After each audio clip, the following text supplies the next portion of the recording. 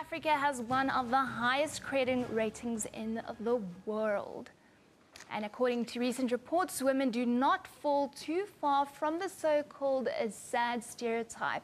Of course, the so-called shopaholic. But this does not mean all women are reckless spenders. According to the latest report by the Credit Ombuds, almost half of South African households are headed by women, with some finding it difficult to make ends meet.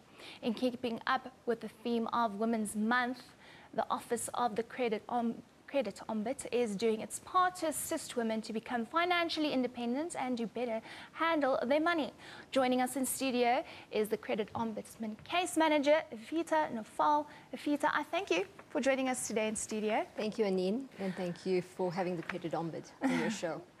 Definitely an interesting statistic that we're looking at. I mean, traditional roles have definitely changed. We're saying that in 40% of South Africa's households, women are now managing the finances.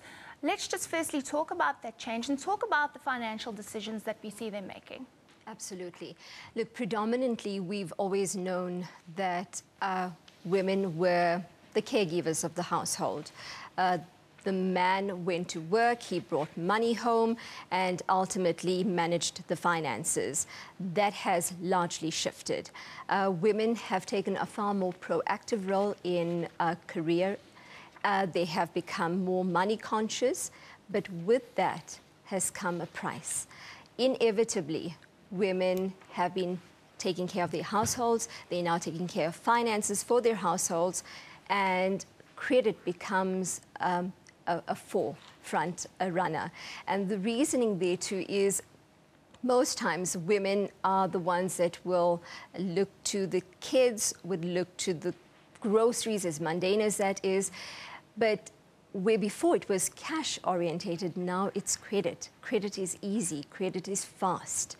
So women are more often looking now to credit to assist in the household, to assist in their careers. I mean, it's so often easily said that don't look to your neighbors to see what they have, live within your means. Yes. But unfortunately, the society that we're living in at the moment has given women the opportunity to take credit. And with that comes that responsibility of having to pay this back. Doesn't it also come down to, I mean, if we look at the economic situation we have currently in South Africa, some women are actually turning to making credit in terms of like just keeping things afloat within the household. And how many cases do we see that? And even single mothers who aren't necessarily earning what a male breadwinner will be earning. No, absolutely. There's a paradox in that respect. Women are having to source more finance to maintain their households. At grassroots levels, women are looking to paying off school fees for their kids. And with the amounts of school fees that are now applicable, women inevitably go and take credit. It's very important to note that women must be proactive. Continue being proactive. If you find that there is a situation where you can no longer pay your debt for any reason, contact the credit provider. Make some sort of payment arrangement with them. If for any reason that credit provider is not prepared to assist you in any way, or your account has been handed over to a debt collector or an attorney's firm to collect thereon, be proactive again. Contact them, make arrangements. If there's no sort of assistance that you're receiving from those credit providers, debt collectors or attorneys, our offices, the Credit Ombud, can assist. Yes. I mean, our offices offer free assistance. So we will assist non-bank credit matters and also credit bureau listings. You know, so often we find that women, again, we go back to the grassroots here. Women are trying to assist in their households. They want good jobs. They've studied or they want to study and they cannot, they do not have finance to do so. You go and take credit or a student loan, or you're looking for a job, for example, and credit bureau listings come to the front in this respect. When you approach an employer, they will inevitably ask you to give them consent to apply, to look at your credit profile.